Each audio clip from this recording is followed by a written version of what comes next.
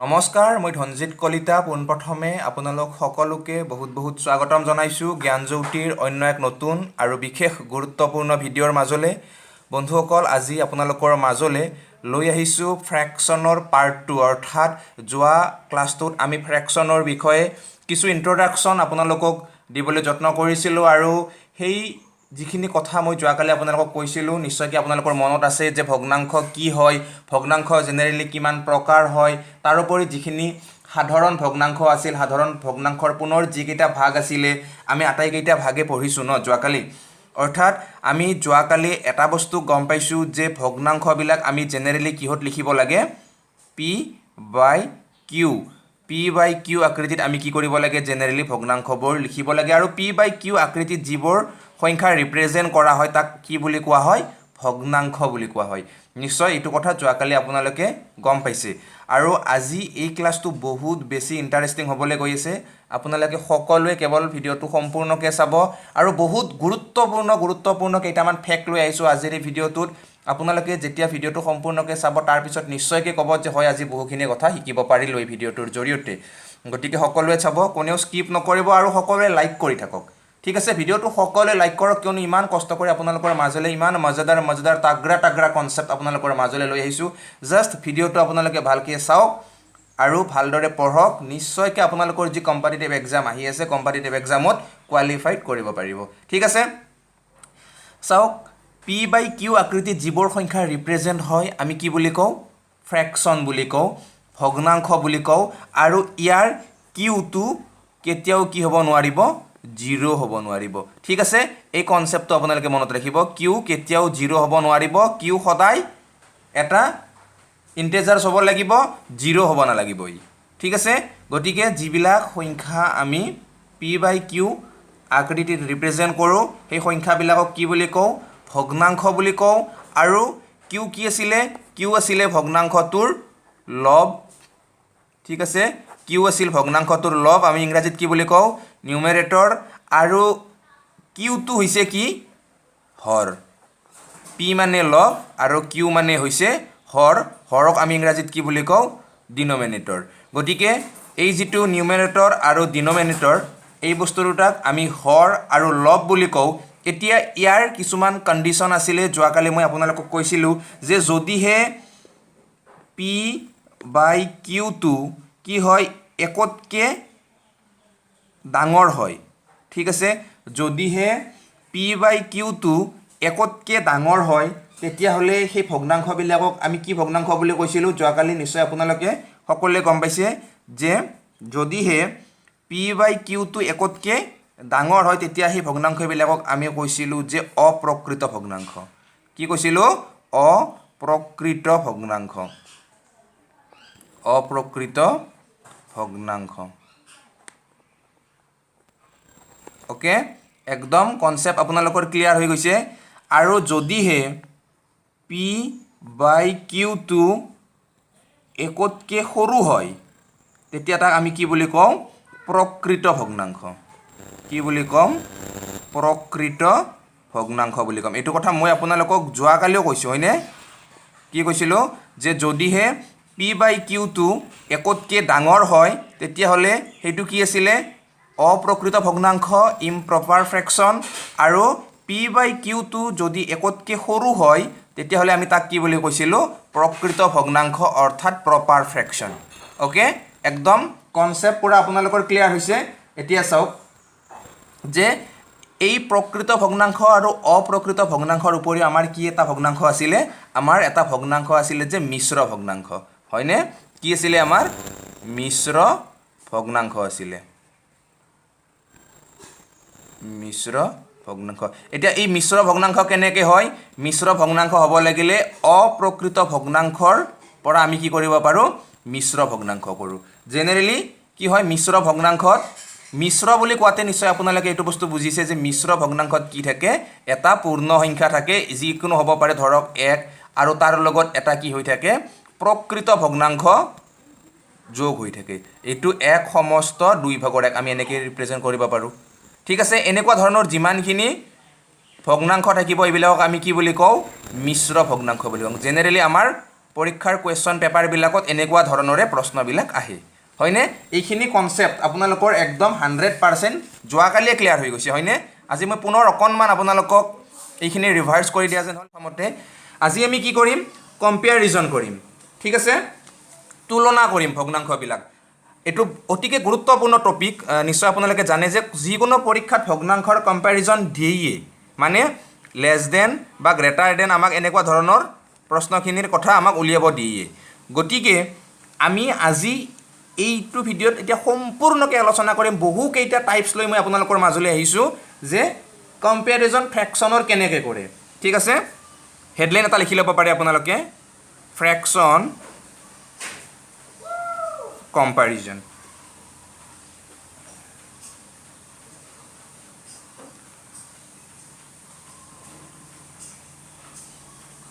Fraction কম্পেয়াৰিজন ভগ্নাংশৰ তুলনা okay এই যেটো হেডলাইন মই দি দিলোঁ এই হেডলাইনটো আপোনালোকে হেডলাইন হিচাপে লিখি লওক এতিয়া আমি কি কৰিম ভগ্নাংশবিলাক তুলনা কৰিম যে তুলনা যদি কৰিব লাগে নিশ্চয় আপোনালোকে এটা বস্তু মনত আহিছে ন তুলনা বুলি মই কৈছোঁ তো আপোনালোকে চাগে ভাবিছে ৰ ভগ্নাংশৰ যোগ কৰে ভগ্নাংশৰ বিয়োগ কৰে তো ভগ্নাংশৰ তুলনা আকৌ কেনেকৈ কৰে হয়নে নিশ্চয় এনেকুৱা এটা কনচেপ্ট আপোনালোকে ভাবিছে তো মই ক্লিয়াৰ কৰি দি আছোঁ আপোনালোকৰ কনচেপ্টখিনি চাওক এটা ভগ্নাংশ মই ধৰিছোঁ কিমান ধৰক ভগ্নাংশটো 4/5 5/4 মই কি কৈছোঁ এটা ভগ্নাংশ লৈছোঁ এতিয়া এই ভগ্নাংশটো আমি কি কৰিব লাগিব কম্পেয়াৰ কৰিম এই যেটো মই 5/4 লৈছোঁ এই 5/4টো যদি তুলনা কৰিব লাগে তেতিয়াহ'লে ইয়াৰ লগত নিশ্চয় কিবা এটা ভগ্নাংশ দিব লাগিব বা কিবা নিশ্চয় দিব লাগিব তেতিয়াহে ইয়াক তুলনা কৰিম ধৰক আপুনি বহুত ভাল তো আপুনি ভাল কিহৰ ওপৰত ভাল বুলি কৈছে হয়তো আপোনাৰ লগত 4জনমান বন্ধু তেওঁলোকে লগ কৰাই দিছে সেই লগ কৰা বন্ধু কেইজনতকৈ আপুনি ভাল তাৰ মানে কি তেওঁলোকৰ লগত আপোনালোকক তুলনা কৰিহে কৈছে ভাল বুলি চাওক মই বুজাই দি আছোঁ ধৰক 5/4টো কৈছে এইবাৰ 5/3 বা 5/2 এনেকুৱা ভগ্নাংশ কেইটামান লিখি লৈছোঁ এই ভগ্নাংশ কেইটাৰ তুলনা কৰিব দিছে যে এই ভগ্নাংশ কেইটাৰ ভিতৰত আটাইতকৈ ডাঙৰ ভগ্নাংশ কোনটো তুলনা ভালটো মানে আৰু ভাল মানে ডাঙৰটো ঠিক আছে তুলনা অকণমান বুজি যাওক মাত্ৰ বুজি গ'লে নিশ্চয়কৈ আপোনালোকে ভালকৈ কৰিব পাৰিব এই যেটো তুলনা কৰিব দিছে তুলনা জেনেৰেলি কি কৰোঁ আমি দুই প্ৰকাৰ কৰোঁ এক প্ৰকাৰ কি কৰিম হয়তো আমি ডাঙৰটো উলিয়াম নাইবা এক প্ৰকাৰ আমি আটাইতকৈ সৰু ভগ্নাংশটো উলিয়াম এতিয়া সৰু কোনটো ডাঙৰ কোনটো আমি কেনেকৈ বিচাৰ কৰিব পাৰোঁ এই সম্পৰ্কে মই আজি আপোনালোকক একদম পুংখানুপুংখভাৱে বুজাই দিম জাষ্ট আপোনালোকে ভিডিঅ'টো লাইক কৰিব দেই সকলোকে কৈছোঁ কাৰণ ইমান ধুনীয়া কনচেপ্ট লৈ আহিছোঁ আৰু সকলোকে বুজাই দিম মই লাইক কৰিব আপোনালোকে এইখিনি মাত্ৰ এতিয়া চাওক কি কৈছোঁ ইয়াত দুটা ধৰণে আমি কম্পেৰিজন কৰোঁ এটা ডাঙৰ আনটো সৰু গতিকে জেনেৰেলি আমাক প্ৰশ্নত কেনেকৈ আহে ডাঙৰৰ পৰা সৰুলৈকে সজাই দিয়া নাইবা সৰুৰ পৰা ডাঙৰলৈকে সজাই দিয়া কম্পেৰিজন হৈ এটা কি আহিব এছেণ্ডিং অৰ্ডাৰ আহিব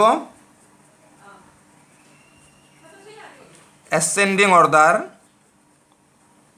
আৰু আনটো কি আহিব ডিচেণ্ডিং অৰ্ডাৰ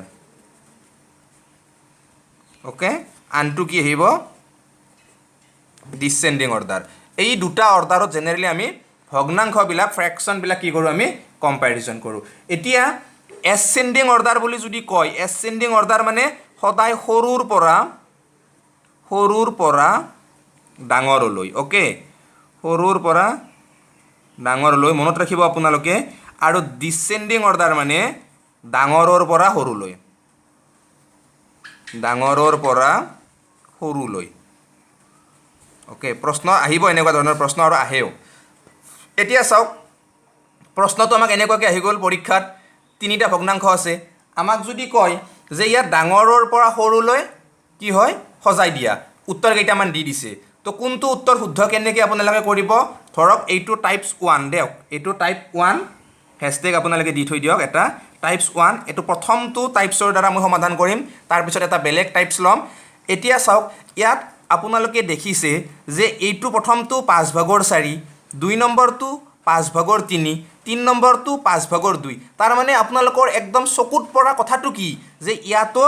যেটো ডিনমিনেটৰ যেটো হৰ সেইটো কি আছে 5 ইয়াতো কি আছে 5 ইয়াতো কি আছে 5 মানে তিনিওটাতে হৰটো কি আছে একে একে আছে ঠিক আছে একদম কনসেপ্টটো বুজি লওক আৰু পাৰিলে আপোনালোকে লিখি লওক যে মই খুব ধুনীয়াকৈ এইটো ডেফিনেশ্যন হিচাপে দিছোঁ যে যদি যিকোনো ভগ্নাংশৰ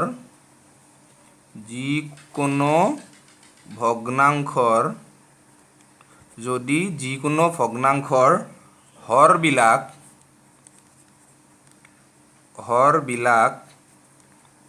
একে থাকে, যদি যিকোনো ভগ্নাংশৰ হৰবিলাক একে থাকে, তেতিয়া সেই ভগ্নাংশবোৰ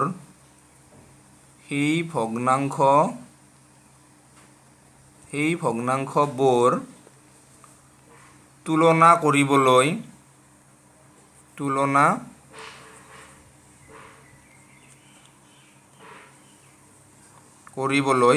লবৰ ওপৰত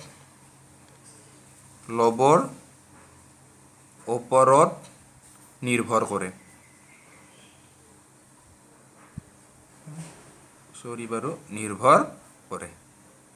ওকে, যে ডেফিনেশ্যনটো আপোনালোকে সকলোৱে লিখি ল'লে যে যদি যিকোনো ভগ্নাংশৰ হৰবিলাক একে থাকে তেতিয়া সেই ভগ্নাংশবোৰ তুলনা কৰিবলৈ লবৰ ওপৰত নিৰ্ভৰ কৰে। মানে যদি যিকোনো ফ্ৰেকশ্যনৰ ডিনমিনেটৰ্ছ দুটা যদি ছেম হয় বা তিনিটা চাৰিটা যিমানটা থাকে বাৰু ভগ্নাংশ,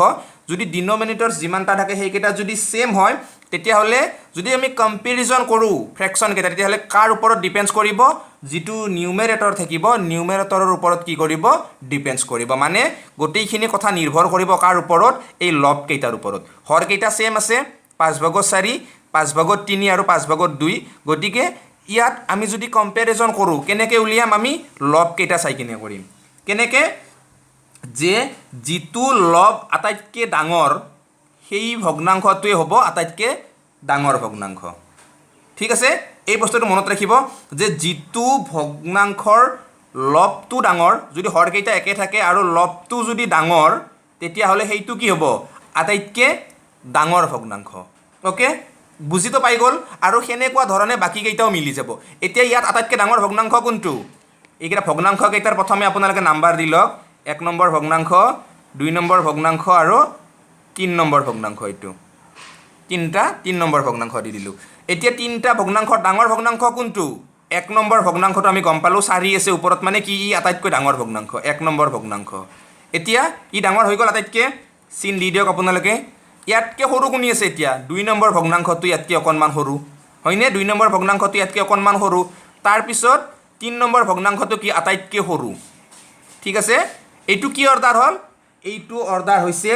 ডিচেণ্ডিং অৰ্ডাৰ। মানে ডাঙৰৰ পৰা আমি কি কৰিছোঁ? ইয়াক সৰুলৈকে সজাই লিখিছোঁ। যদি প্ৰশ্নত আহে যে সৰুৰ পৰা ডাঙৰলৈ লিখা, তেতিয়াহ'লে কি কৰিব লাগিব? প্ৰথমে সৰুটো লিখিব লাগিব 3 নম্বৰ, তাৰপিছত এচেণ্ডিঙৰ লাইনডাল লৈ ল'ব এইডাল, তাৰপিছত 2 নম্বৰ, তাৰপিছত 1 নম্বৰ। এইটো কি? Ascending order. মানে ইয়াত কি হৈছে? সৰুৰ পৰা ডাঙৰলৈ দৌৰিছে। ইয়াত কি হৈছে? ডাঙৰৰ পৰা সৰুলৈ দৌৰিছে। কনচেপ্টটো ক্লিয়াৰ হৈছে আপোনালোকৰ? একদম সুন্দৰকৈ মই আশা কৰোঁ আপোনালোকৰ কনচেপ্টটো ক্লিয়াৰ হৈছে আৰু আপোনালোকে বুজি পাইছে। এইবাৰ চাওক, আৰু এনেকুৱা ধৰণৰ প্ৰশ্ন ল'ম, প্ৰশ্ন ল'লে নিশ্চয় আপোনালোকে বুজি পাব। এইটো আপোনালোকে টাইপছ 1 বুলি ৰাখিব পাৰে। চাওক, মই এটা কুৱেশ্যন লৈছোঁ বাৰু। আচ্ছা, কুৱেশ্যনটো লিখক। ধৰক এনে ধৰি লৈছোঁ, এইবাৰ কি লৈছোঁ? 6/9, 4/9, 5/9 আৰু এটা কি লৈছোঁ? 7/9। এতিয়া যদি আমাক কয় এচেণ্ডিং অৰ্ডাৰ উলিওৱা এইকেইটাৰ, মানে সৰুৰ পৰা ডাঙৰলৈ যোৱা, তেতিয়াহ'লে কি হ'ব? প্ৰথমে আপোনালোকে ভগ্নাংশকেইটা এনেকৈ নামাকৰণ কৰি ল'ব। 1 নম্বৰ ভগ্নাংশ, 2 নম্বৰ ভগ্নাংশ, 3 নম্বৰ ভগ্নাংশ আৰু 4 নম্বৰ ভগ্নাংশ। অ'কে, এতিয়া যদি সৰুৰ পৰা ডাঙৰলৈ যাব লাগে, আটাইতকৈ সৰু কোনটো হ'ব? ইয়াতে 2 নম্বৰটো আটাইতকৈ সৰু হ'ব। গতিকে 2 নম্বৰটো লিখক, হয়নে? সৰুৰ পৰা ডাঙৰলৈ যাব লাগিলে কোনডাল চিন ল'ব লগা আছিল? এইডাল, লেছ দেন। ঠিক আছে, তাৰপিছত চাওক, ইয়াৰ পিছত কোনটো হ'ব? এতিয়া 3 নম্বৰটো হ'ব, 5 আছে, 3 নম্বৰটো হ'ব। তাৰপিছত কোনটো হ'ব? 1 নম্বৰটো হ'ব। তাৰপিছত কোনটো হ'ব? 4 নম্বৰটো হ'ব। অ'কে, মানে 4 নম্বৰটো আটাইতকৈ ডাঙৰ হৈ গ'ল। এই অৰ্ডাৰটো কি অৰ্ডাৰ হ'ব? Ascending order. পৰীক্ষাত এনেকুৱা ধৰণৰ প্ৰশ্নই আহে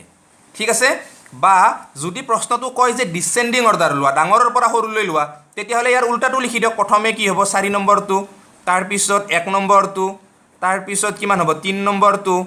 তাৰপিছত কোনটো হ'ব 2 নম্বৰটো হ'ব এই অৰ্ডাৰটো কি হ'ব ডিসেন্ডিং অৰ্ডাৰ পুৰা কনসেপ্ট 100% ক্লিয়াৰ আপোনালোকৰ এতিয়া হয়তো আপোনালোকৰ মনত এটা প্ৰশ্ন খেলিছে যে মই কি কৈ আছো হৰ কেইটা একে একে কিন্তু পৰীক্ষাত আপোনালোকক কি কৰিলে হৰ কেইটা একে একে নিদিলে তেতিয়া কি কৰিব এনেকুৱা জৰুৰী নহয় যে কি বুলি কয় হৰ কেইটা একে একেই দিব আপোনালোকক নিদিবওতো পাৰে হয়নে নহয় গতিকে আপোনালোকে টেনচন নলব আপোনালোকক যদি হৰ কেইটা একে নিদিও তথাপিও মইতো আছো আপোনালোকৰ লগত এই কনসেপ্ট ক্লিয়াৰ কৰিবলৈ হয়নে গতিকে কনসেপ্ট ক্লিয়াৰ কৰিহে এৰিম ঠিক আছে আপোনালোকে এইটো টাইপস 2 বুলি ধৰি ল'ব পাৰে দেই বা #2 প্ৰথমটো #1 আছিল এইটো #2 এইবাৰ কি হ'ব পাৰে ধৰক প্ৰশ্ন কেইটাত আপোনালোকক হৰ কেইটা একে একে দিয়া নাই এইবাৰ লব কেইটা একে একে দিছে 7/11 তাৰ পিছত ধৰি লওক এইটো 7/9 তাৰ পিছত 7/15 তাৰ পিছত 7/8 এবাৰ কি কৰিছে অকনমান তেওঁলোকে প্ৰশ্নটো খেলিমেলিকে দি দিছে আগৰবাৰ কি কৰিছিলে যিমান কেইটা হৰ আছিলে হৰ কেইটা কি কৰিছিলে একে একে দিছিলে এইবাৰ কি কৰিছে লব কেইটা একে একে দিছে যেটো নিউমেৰেটৰটো কি কৰিছে এইবাৰ সেম কৰি দিছে সো ডিপেন্ডস কাৰ কৰিব কাৰ ওপৰত ডিপেন্ডস কৰিব এইটো যেটো ডিনোমিনেটৰস আছে ডিনোমিনেটৰস ওপৰত মানে কি হ'ব ডিপেন্ডস কৰিব এইবাৰ নিৰ্ভৰ কেনেকৈ কৰিব এইবাৰ এই কেইটাৰ ওপৰত কৰিব কাৰণ কি এই কেইটাটো গোটেই কেইটা একেই হয়নে নহয় গতিকে এইবাৰ আপোনালোকে লিখি ল'ব পাৰে যে যদি যিকোনো ভগ্নাংশৰ লববিলাক একে থাকে তেতিয়া সেই ভগ্নাংশবোৰ তুলনা কৰিবলৈ হৰবিলাকৰ ওপৰত নিৰ্ভৰ কৰিব লগা হয় এনেকৈ আপোনালোকে লিখি লওক এইটো ডেফিনেশ্যন হিচাপে লিখি লওক মানে কাৰ ওপৰত নিৰ্ভৰ কৰিব হৰবিলাকৰ ওপৰত এতিয়া হৰবিলাকৰ ওপৰত কেনেকৈ নিৰ্ভৰ কৰিব সেইটো মই কৈ আছো আপোনালোকে ভিডিঅ'সমূহ লাইক কৰিছে নে কৰা নাই চাই লওক যদি কৰা নাই লাইক কৰক আৰু এটা কথা কৈছো যে যদি আপোনালোকে ভিডিঅ'সমূহ শেয়াৰ কৰা নাই তেতিয়াহ'লে শেয়াৰ কৰিব কিয়নো সদায় মই মজাদাৰ একদম তাগৰা কনসেপ্ট লৈ আহিছো আৰু এনেকুৱা ধৰণৰ কনসেপ্ট লৈ আহিছো যি কেইটা কনসেপ্ট পৰীক্ষাত খুবেই আহে এনেকুৱা ধৰণৰ প্ৰশ্নবিলাক যে লৈ আহিছো আপোনালোকে নিশ্চয় যিসকলে কম্পিটিটিভ এক্সাম দিছে তেওঁলোকেতো গমেই পাইছে যে হয় এনেকুৱা ধৰণৰ প্ৰশ্নবিলাকেইতো আহে মানে মই তেনেকুৱা ধৰণৰ কনসেপ্টখিনিয়ে লৈ আহিম এই 60টা ক্লাছ একদম 60টাই গুৰুত্বপূৰ্ণ গতিকে শেয়াৰ কৰক যাতে সকলোৱে পায় এতিয়া চাওক এইটো মই কেনেকৈ কৰিম বুলি আপোনালোকক কৈ আছো যে এইটো যেতিয়া আমি কৰিম তেতিয়া ডিপেন্ডসটো কৰিব গম পালো নিৰ্ভৰ কৰিব আমি ডিনোমিনেটৰছৰ ওপৰত এতিয়া কেনেকৈ কৰিব যে যাৰ ডাঙৰ হৰ আছে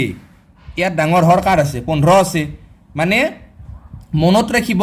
এনেকুৱা ক্ষেত্ৰত যাৰ হৰটো ডাঙৰ সেই ভগ্নাংশটো আটাইতকৈ সৰু মানে ইয়াৰ হৰটো ডাঙৰ গতিকে এই যেটো ভগ্নাংশ এই ভগ্নাংশটো কি হ'ব আটাইতকৈ সৰু ভগ্নাংশ আৰু এই ৰুলটোৱে কি হ'ব ইয়াতে ফলো হ'ব গতিকে চাওক যদি এইটো আমি এসেন্ডিংত লিখিব লাগে তেতিয়াহ'লে এসেন্ডিং মানে কি সৰুৰ পৰা ডাঙৰলৈ যাই থাকিম সৰুটো আমি কেই নম্বৰ ভগ্নাংশটো পালো 1 নম্বৰ 2 নম্বৰ 3 নম্বৰ ভগ্নাংশটো কি পালো আমি সৰু পালো তাৰ পিছত তাতকৈ অকনমান ডাঙৰ কোনটো পাম আমি ইয়াতে 15 আছে আৰু যদি চাও আমি 11টো পাম মানে 1 নম্বৰটো আমি এবাৰ কিমান পালো 3তকৈ অকনমান ডাঙৰ ঠিক আছে এতিয়া 1 নম্বৰ ভগ্নাংশটোতকৈ আৰু অকনমান ডাঙৰ কোনটো হ'ব 2 নম্বৰটো হ'ব 2 নম্বৰটো হ'ব 2 নম্বৰটোতকৈ আৰু অকনমান ডাঙৰ কোনটো হ'ব 4 নম্বৰটো হ'ব হয়নে নহয় মানে এই যেটো অৰ্ডাৰ আমি এসেন্ডিং অৰ্ডাৰ পালো এইটো কি হয় সৰুৰ পৰা ভগ্নাংশবোৰ কি হ'ল ডাঙৰলৈকে সজোৱা হৈ গ'ল যদি প্ৰশ্ন আহে এসেন্ডিং নহয় ডিসেন্ডিং লিখিব লাগে তেতিয়া 4 নম্বৰটো কি হ'ব সকলোতকৈ ডাঙৰ তাৰ পিছত অকনমান সৰু কোনটো হ'ব 2 নম্বৰটো তাতকৈ অকনমান সৰু কোনটো হ'ব 1 নম্বৰটো আৰু আটাইতকৈ সৰু কোনটো হ'ব 3 নম্বৰটো এইটো কি হ'ব ডিসেন্ডিং অৰ্ডাৰ পুৰা কনসেপ্ট ক্লিয়াৰ আপোনালোকৰ মই আশা কৰোঁ আপোনালোকৰ কনসেপ্ট 100% ক্লিয়াৰ কিয়নো ইয়াতকৈ আৰু বেছি সহজ ভাষাত হয়তো ময়ো বুজাবলৈ সক্ষম নহয় কাৰণ যিমান পাৰো কিমান সহজকৈ আপোনালোকক বুজাই দিছো যাতে কনসেপ্ট আপোনালোকৰ মনত থাকে ঠিক আছে আচ্ছা নেক্সট এটা কোৱেশ্চন লৈছো চাওক নেক্সট কোৱেশ্চনটো কি লৈছো 11/15 11/12 11/19 11/13 এই প্ৰশ্নটো আপোনালোকে কৰি যাওক ফটককৈ কৰক আৰু নিশ্চয় আশা কৰোঁ আপোনালোকে 10 ছেকেণ্ড মানতে কৰিব পাৰিব হয়নে এসেন্ডিং আৰু ডিসেন্ডিং দুইটাই কৰিব পাৰিব প্ৰথমতে এসেন্ডিং কৰক এসেন্ডিং কৰিলে আটাইতকৈ সৰু কোনটো 4 নম্বৰটো আটাইতকৈ সৰু তাৰপিছত তাতকৈ অকণমান সৰু কোনটো 3 নম্বৰটো তাতকৈ অকণমান সৰু কোনটো 1 নম্বৰটো আৰু তাতকৈ অকণমান ডাঙৰ সৰু নহয় দেই ডাঙৰ হৈ থাকিব পাঁচ পিনে যিমানে গৈ আছোঁ সৰুৰ পৰা হয়নে 4 নম্বৰটো ডাঙৰ 2 নম্বৰটো ডাঙৰ ঠিক আছে এতিয়া এইটো যদি আপোনালোকে ডিসেন্ডিঙত লিখিব লাগে তেতিয়াহ'লে কি হ'ব সবচে ডাঙৰ কোনটো 2 নম্বৰটো হয়নে নহয় সবচে ডাঙৰ 2 নম্বৰটো তাতকৈ অকণমান সৰু কোনটো 1 নম্বৰটো তাতকৈ অকণমান আৰু সৰু কোনটো 3 নম্বৰটো তাতকৈ আৰু অকণমান সৰু কোনটো 4 নম্বৰটো হৈ গ'ল একদম টাগৰা কনসেপ্ট আৰু আপোনালোকে নিশ্চয়কৈ আটাই লয়ে মানে আটাইবোৰে ধুনীয়াকৈ কৰিছে কেতিয়াবা চালা শব্দ ভাষা গতিতে ভুল হৈ যায় ইমান স্পীডত কথা কৈ থাকোঁ ইমান কিবা কিবি মাথা মাৰি থাকিব লাগে কেতিয়াবা ভুলে হৈ যায় ইয়াতো মানে কেতিয়াবা প্লাছ মাইনাছতে ভুল হৈ যায় হয়নে একো নাই বাৰু আপোনালোকে এডজাষ্ট কৰি ল'ব কেতিয়াবা অকস্মাত ভুলকৈ দুই এটা কথা কৈ দিলেও এডজাষ্ট কৰি ল'ব বাৰু যে এইটোৱে কৈছে ছাৰে অকস্মাত ছাৰৰ মুখেৰে ভুলে ওলাই গ'ল তেনেকুৱাকৈ আৰু মানি ল'ব আৰু হয়নে গতিকে চাওক ইয়াৰ পিছত আকৌ বেলেগ টাইপছ ল'ম আমি দুটা টাইপছ ল'লোঁ ভগ্নাংশ কম্পেয়াৰ কৰা প্ৰথমটো টাইপছ আছিল যাৰ হৰবিলাক যদি একে হয় যদি ডিনমিনেটৰ সেম হয় তাত আমি বেলেগ কণ্ডিশ্যন পালোঁ এইবাৰ সেকেন্ড আমি কি পালোঁ হেশটেগ সেকেন্ড নিউমেৰেটৰটো সেম গতিকে দুটা প্ৰকাৰ আপোনালোকক ভগ্নাংশ মই খুব ধুনীয়াকৈ বুজাই দিলোঁ ধুনীয়া নহয় ধুনীয়া বাৰু ধুনীয়াকৈ বুজাই দিলোঁ যে কেনেদৰে আমি এনেকুৱা ভগ্নাংশবোৰ কম্পেৰিজন কৰিব পাৰোঁ আৰু আশা কৰোঁ আপোনালোকে সকলোৱে বুজি পাইছে বৰ্ষ হেশটেগ 3 লিখি দিয়ক আপোনালোকেও এইবাৰ এই মেথডটো কি দিছে এই মেথডটো হ'ব ডিফাৰেন্স মেথড বা ক্ৰছ মাল্টিপ্লিকেশ্যন মেথডটো আগতে কৈ আছোঁ বাৰু ঠিক আছে যোনটো হ'লে কৰিব পাৰে বহুতটা মেথড আছে বাৰু 4-5টা মান মেথড আছে তো 3 নম্বৰ মেথডটো কি আছে ক্ৰছ মাল্টিপ্লিকেশ্যন ওকে মানে বজ্ৰ পূৰণ পদ্ধতিৰ দ্বাৰা আমি কি কৰিম এবাৰ কম্পেৰিজন কৰিম ধৰক ভগ্নাংশ আমাক দুটা দিছে কি দিছে 3/7 আৰু 4/9 দিছে এবাৰ আমাক কম্পেৰিজন কৰিব দিছে ইহঁত দুটাৰ মাজত ঠিক আছে তো আমি কি কৰিব পাৰোঁ ক্ৰছ মাল্টিপ্লিকেশ্যন পদ্ধতিৰ দ্বাৰাও আমি এই দুটাৰ মানে কম্পেৰিজন কৰিব পাৰোঁ কেনেকৈ কৰিম মই আগৰ ভিডিঅ' এটাত দিছিলোঁ যেতিয়া অসম টেট চলি আছিলে তেতিয়া মই বুজাই দিছিলোঁ নিশ্চয় যদি কোনোবা চোৱা মানুহ আছে তেতিয়াতো মনত আছে কিন্তু যদি চোৱা নাই ভালকৈ মনত ৰাখিব এই দুটা ভগ্নাংশ 7/3 আৰু আনটো কিমান 9/4 এতিয়া কোনটো ভগ্নাংশ ডাঙৰ আমিতো এনেই চাই গম নাপাওঁ ন তো আমি কি কৰিব পাৰোঁ ক্ৰছ মাল্টিপ্লিকেশ্যন কৰিব পাৰোঁ বজ্ৰ পূৰণ কৰিব পাৰোঁ বজ্ৰ পূৰণ কৰিলে কি হ'ব 3 9 গুণ কিমান হ'ব 3 9 গুণ হ'ব 27 তাৰপিছত 4 7 গুণ কিমান হ'ব 28 যাৰ মান ডাঙৰ পালোঁ সেই ভগ্নাংশটোৱে ডাঙৰ মানে কি 27 আৰু 28ৰ ডাঙৰ কোনটো 28টো ডাঙৰ গতিকে কি যিটো 2 নম্বৰ ভগ্নাংশ এইটো ডাঙৰ 1 নম্বৰটো কি সৰু ভগ্নাংশ ঠিক আছে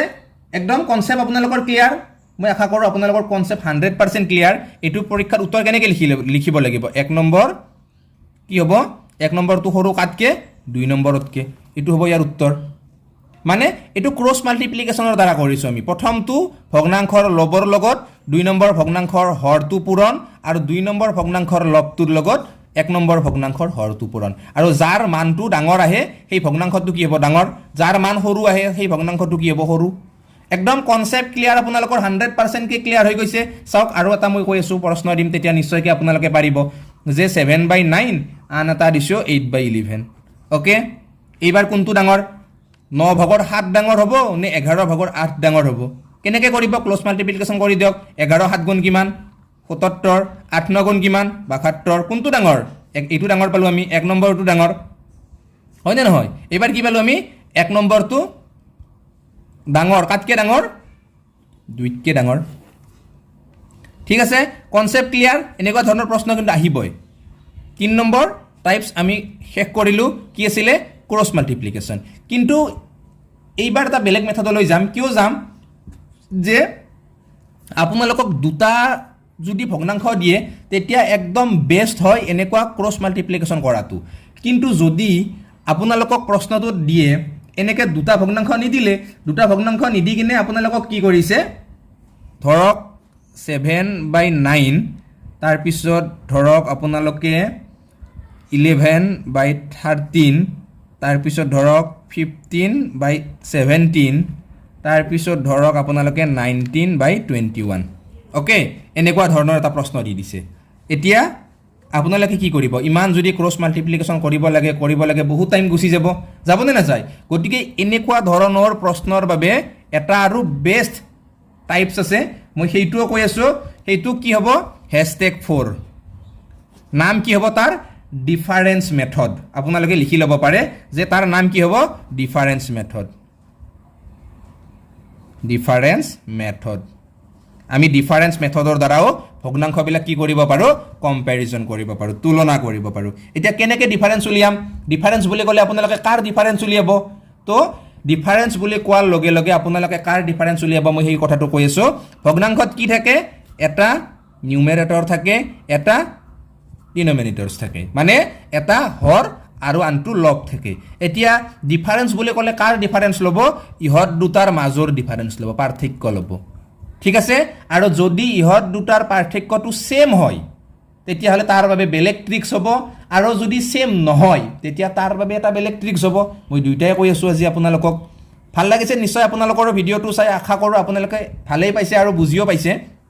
এতিয়া চাওক প্ৰশ্নটো যদি আমি চাওঁ ইয়াৰ হৰ আৰু লবৰ পাৰ্থক্য মানে ডিফাৰেন্স কিমান আছে 7 9 ডিফাৰেন্স কিমান হ'ব 2 11 13 ডিফাৰেন্স কিমান 2 15 17 ডিফাৰেন্স কিমান 2 19 আৰু 21 ডিফাৰেন্স কিমান 2 মানে আটাইকেইটা ভগ্নাংশৰ হৰ আৰু লবৰ মাজৰ পাৰ্থক্য কিমান আছে ডিফাৰেন্সটো কিমান আছে 2 আছে ওকে একদম বুজি যাই থাকক আপোনালোকে লাহে লাহে বুজি যাব তেতিয়া ভালকে বুজি পাব কি ক'ব বিচাৰিছোঁ যে যি কেইটা ভগ্নাংশ প্ৰশ্নটো দিয়া আছে ভগ্নাংশ কেইটাৰ কি আছে নিউমেৰেটৰ আৰু ডিনমিনেটৰ্ছৰ ডিফাৰেন্স কি আছে 2 আছে আৰু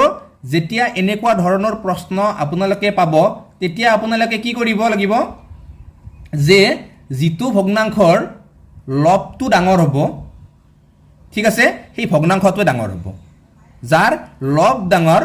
সেই ভগ্নাংশটো কি হ'ব ডাঙৰ হ'ব গতিকে লব মানে কি আছিল নিউমেৰেটৰটো যাৰ ডাঙৰ সেই ভগ্নাংশটো আটাইতকৈ ডাঙৰ গতিকে ইয়াত ডাঙৰ কোনটো আছে 7 11 15 19 হলে ডাঙৰটো এইটোৱে পাম আমি এই যিটো পালোঁ আমি ইয়াৰ লবটো কি আটাইতকৈ ডাঙৰ গতিকে ভগ্নাংশটো আটাইতকৈ ডাঙৰ যিমানটা আছে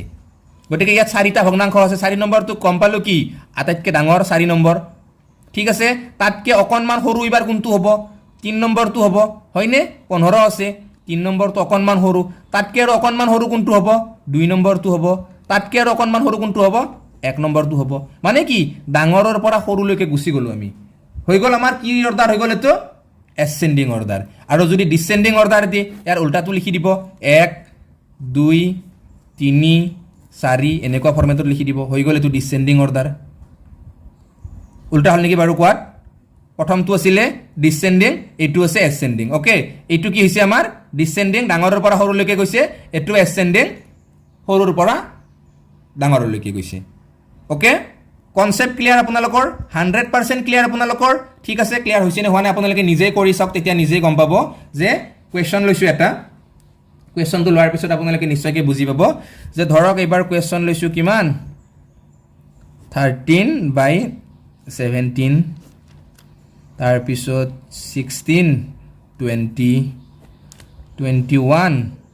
25 27 31 ওকে এই প্ৰশ্নটো যদি আপোনালোকে এনসাৰ কৰিব লাগে কেনেকৈ কৰিব ইয়াৰ প্ৰথমে ডিফাৰেন্স চাই লওক গম পাব 13 আৰু 17 ডিফাৰেন্স 4 16 20 ডিফাৰেন্স 4 21 25 ডিফাৰেন্স 4 আৰু 27 আৰু 31 ডিফাৰেন্স কিমান 4 গতিকে আটাইতকৈ ডাঙৰ ভগ্নাংশ কোনটো হ'ব যাৰ লবটো ডাঙৰ লব ডাঙৰ কাৰ 27 লব ডাঙৰ তাৰপিছত 21 তাৰপিছত 16 তাৰপিছত 13 মানে কি 4 3 2 1 ডাঙৰৰ পৰা সৰুলৈকে সৰুৰ পৰা ডাঙৰলৈকে কিমান 1 2 3 4 মানে কি একদম ধুনীয়া কনসেপ্ট জাস্ট আপোনালোকে ভালকে কেৱল কেইটামান প্ৰেক্টিছ কৰক 4টা 5টা মান তাৰপিছত আপোনালোকে ধুনীয়াকৈ এই কনসেপ্টটো পাৰিব মই আপোনালোকক গ্যাৰান্টি দিছোঁ যে আজি যিখিনি শিকাইছোঁ বহুত ইম্পৰ্টেণ্ট কথা শিকাইছোঁ আৰু এই কথাখিনি যদি আপোনালোকে অকণমানো প্ৰেক্টিছ কৰে ন লাইফ টাইমৰ বাবে আপোনালোকে মনত ৰাখিব পাৰিব ঠিক আছে ভগ্নাংশ এটা মই লৈ লৈছোঁ যে 13/17 তাৰপিছত নেক্সট এটা ভগ্নাংশ লৈছোঁ 21 to 23 তাৰপিছত নেক্সট এটা ভগ্নাংশ লৈছোঁ আৰু ধৰক 11 তাৰপিছত 17 তাৰ পিছত ধৰক আৰু এটা ভগ্নাংশ লৈছো কি 7/10 ওকে তো এইবাৰ কি কৰিছে পৰীক্ষকে আপোনালোকক অকনমান বেলেগ এটা ষ্টাইলত দি দিছে কি কৰিছে এইবাৰ যদি ডিফাৰেন্স চাই 13 আৰু 17 ৰ ডিফাৰেন্স কিমান 4 21 আৰু 23 ৰ ডিফাৰেন্স কিমান 2 11 আৰু 17 ৰ ডিফাৰেন্স কিমান 11 আৰু 17 ৰ ডিফাৰেন্স 6 আৰু 7 আৰু 10 ৰ ডিফাৰেন্স কিমান 3 ওকে গোটেই কেইটাৰে ডিফাৰেন্স বেলেগ বেলেগ প্ৰথমটোৰ 2 4 তাৰ পিছৰটোৰ 2 তাৰ পিছৰটোৰ 6 তাৰ পিছৰটোৰ 3 এতিয়া এনেকুৱা প্ৰশ্নবোৰ কেনেকৈ কৰিব গম পালে যে যদিহে এই কেইটা একে একে হলহেতেন ডিফাৰেন্স কেইটা যদি 4 4 4 4 গোটেই কেইটাৰ 4 4 4 যে হয় তেতিয়াহলে কি আছিল যে যাৰ লবটো ডাঙৰ সেই ভগ্নাংশটো ডাঙৰ আমি গম পাইছিলো যাৰ লব সৰু সেই ভগ্নাংশটোৱে সৰু যদিহে তাৰ ডিফাৰেন্সটো সেম হয় কিন্তু এইবাৰ ডিফাৰেন্স আমি ক'ত সেম পাম এইটোৰ যদি আকাশে দি গৈছে আনটোৰ পাতালে দি গৈছে আনটোৰ বা আৰু বেলেগে দি গৈছে হয়নে নহয় কভাৰ কিবা হৈছে এতিয়া এনেকুৱা ধৰণৰ প্ৰশ্নবোৰ কি কৰিব তাৰ বাবে মই আপোনালোকক ট্ৰিক্স দি আছো চাওক এনেকুৱা ধৰণৰ প্ৰশ্নবোৰ যেতিয়া আপোনালোকে সলভ কৰিব তেতিয়া ইয়াৰ বাবে আটাইতকৈ গুৰুত্বপূৰ্ণ মই এটা কথা আপোনালোকক কৈ আছো আপোনালোকে লখাগুৰ বিষয় অকনমান জানি ল'ব ঠিক আছে লখাগুৰ বিষয় মই আশা কৰোঁ নিশ্চয় জানেইয়ে তথাপি আপোনালোকে অকনমান জানি ল'ব লখাগুৰ বিষয় এতিয়া চাওক 2 3 আৰু 6 তিনিওটাৰে লখাগু কি 6 হ'ব কাৰণ 6টোক 6 ৰে হৰণ যায় 6টোক 3 ৰে হৰণ যায় আৰু 6টোক 2 ৰে হৰণ যায় লখাগু কিমান হল 2 3 আৰু 6 ৰ লখাগু আমি পালো 6 কিন্তু 4টো আৰু 6টোৰ লখাগু 6 হ'ব নোৱাৰে কাৰণ কি 6টোক 4 ৰে আমি হৰণ কৰিব নোৱাৰো গতিকে 6 আৰু 4 ৰ লখাগু কিমান হ'ব 12 হ'ব হয়নে যিসকলে জানে তেওঁলোকে এটা বাৰু বেষ্ট গম পালেয়ে 6 আৰু 4 ৰ লখাগু কিমান হ'ব 12 যিসকলে নাজানে মই অকনমান দেখুৱাই দিছো 6 আৰু 4 ৰ লখাগু কেনেকৈ উলিয়াব এনেকৈ ছুটি হৰণ টাইপত পাতি ল'ব পাতি কিনে কি কৰিব 2 ৰে হৰণ কৰি দিয়ক দুইটাকে 2 ৰে 6 ক যাব কিমান 3 বাৰ 2 ৰে 4 ক যাব কিমান 2 বাৰ আৰ তো নাযায় 3 আৰু 2 পালো গতিকে এইকেইটা পূৰণ কৰি দিয়ক 2 3 গুণ 6 6 2 গুণ 12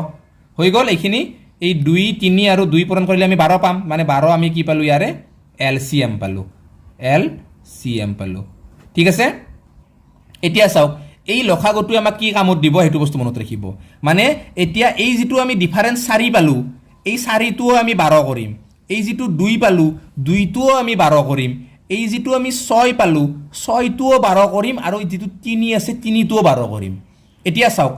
4টো যদি 12 কৰিব লাগে 4ৰ লগত কি পূৰণ দিব লাগিব 4টো 12 কৰিব লাগিলে 4ৰ লগত 3 পূৰণ দিব লাগিব গতিকে 13ৰ লগতো 3 পূৰণ দিয়ক 13 3 গুণ কিমান 39 হৈ গ'ল 2ৰ লগত কিমান দিব লাগিব 6 পূৰণ দিব লাগিব 12 হ'ব লাগিলে গতিকে 21ৰ লগতো 6 পূৰণ দিয়ক 21 6 গুণ কিমান হ'ব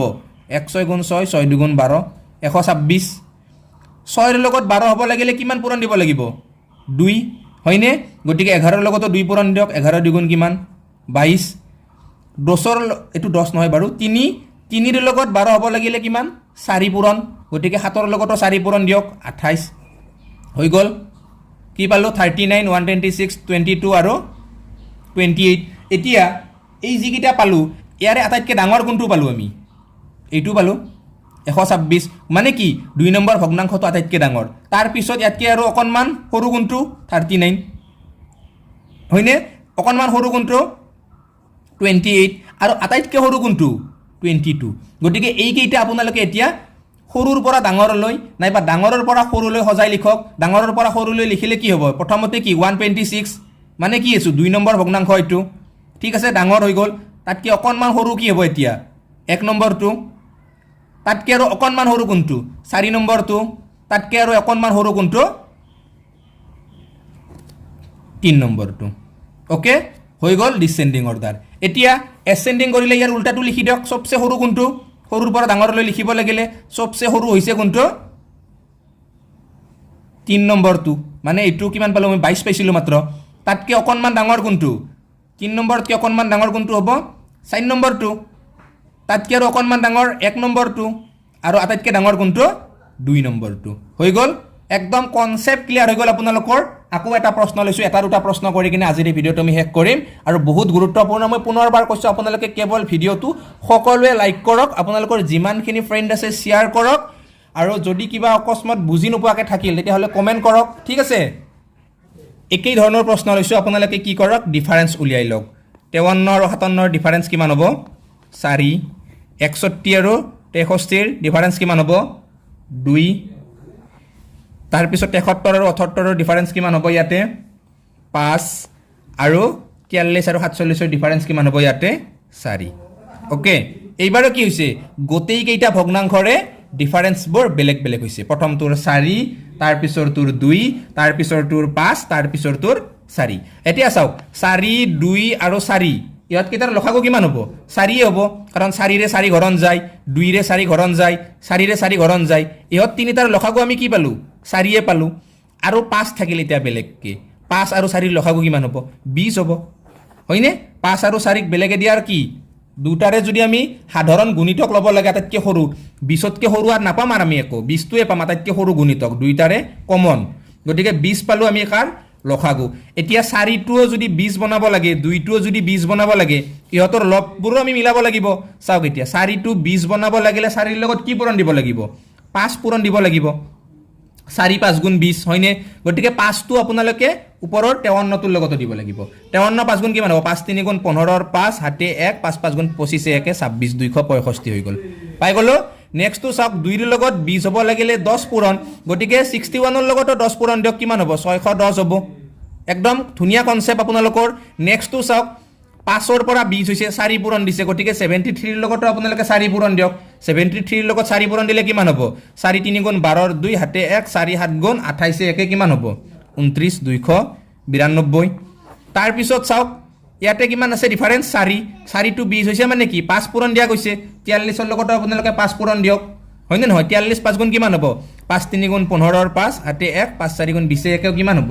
21 215 এটা আটাইতকৈ ডাঙৰ কোনটো পালে 610 মানে কি 2 নম্বৰ ভগ্নাংশটো কি আটাইতকৈ ডাঙৰ তাতকৈ অকণমান সৰু কোনটো আছে 3 নম্বৰটো 292 তাতকৈ অকণমান আৰু সৰু 1 নম্বৰটো আৰু আটাইতকৈ সৰু কোনটো 4 নম্বৰটো হৈ গ'ল কনসেপ্ট পুৰা ক্লিয়াৰ হৈ গ'ল আপোনালোকৰ মই আশা কৰোঁ আপোনালোকৰ সকলোৰে কনসেপ্ট ক্লিয়াৰ আৰু এইটো কি অৰ্ডাৰ বহাইছো আমি ডিসেন্ডিং অৰ্ডাৰ যদি এসেন্ডিং অৰ্ডাৰ বহাব লাগে তেতিয়াহ'লে আটাইতকৈ সৰু কোনটো 4 নম্বৰটো ঠিক আছে তাতকৈ অকণমান ডাঙৰ কোনটো 1 নম্বৰটো তাতকৈ অকণমান ডাঙৰ কোনটো 3 নম্বৰটো তাতকৈ অকণমান ডাঙৰ কোনটো 2 নম্বৰটো এইটো ডিসেন্ডিং অৰ্ডাৰ মই আজি আপোনালোকক দুইটা অৰ্ডাৰে একদম পুৰা ক্লিয়াৰ কৰি বুজাই দিছো যাতে এনেকুৱা ধৰণৰ প্ৰশ্ন আপোনালোকে পৰীক্ষা যিকোনো আহিলে আজিৰ পৰা ধুনিয়াকৈ কৰিব পাৰে আৰু মই আশা কৰিছোঁ একদমেই ভাল পাইছে একদমেই বুজি পাইছে এতিয়া জাস্ট আজি বেছি হোমৱৰ্ক নিদিও বাৰু এটাই হোমৱৰ্ক দিছো আৰু এই হোমৱৰ্কটো আপোনালোকে কৰিব কি দিছো চাওক হোমৱৰ্কটো হোমৱৰ্ক ঠিক আছে হোমৱৰ্ক দিছো 2/5, 3/8, 5/11, 8/17 ওকে এইটো হোমৱৰ্ক আপোনালোকে কৰিব এটা দিলে কম হ'ব নেকি বাৰু ঠিক আছে দুটা দি দিছো ওকে হোমৱৰ্ক কি কৰিছো দুটা দি দিছো এইটো 1 নম্বৰ হোমৱৰ্ক আছিলে আৰু এবাৰ 2 নম্বৰ এটা হোমৱৰ্ক দি দিছো 2 নম্বৰ হোমৱৰ্কটো কি দি আছো আপোনালোকক যে 8 11 8 9 8 17 8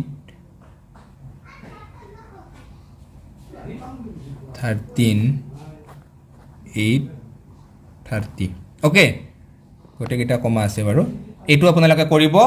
দুইটা অৰ্ডাৰে কৰিব এসেন্ডিং আৰু ডিসেন্ডিং দুইটা অৰ্ডাৰে কৰিব আপোনালোকে এইটোও কৰিব আৰু দুইটা কৰি উঠি আপোনালোকে কমেন্ট বক্সত উত্তৰ কেইটা জনাই দিব আৰু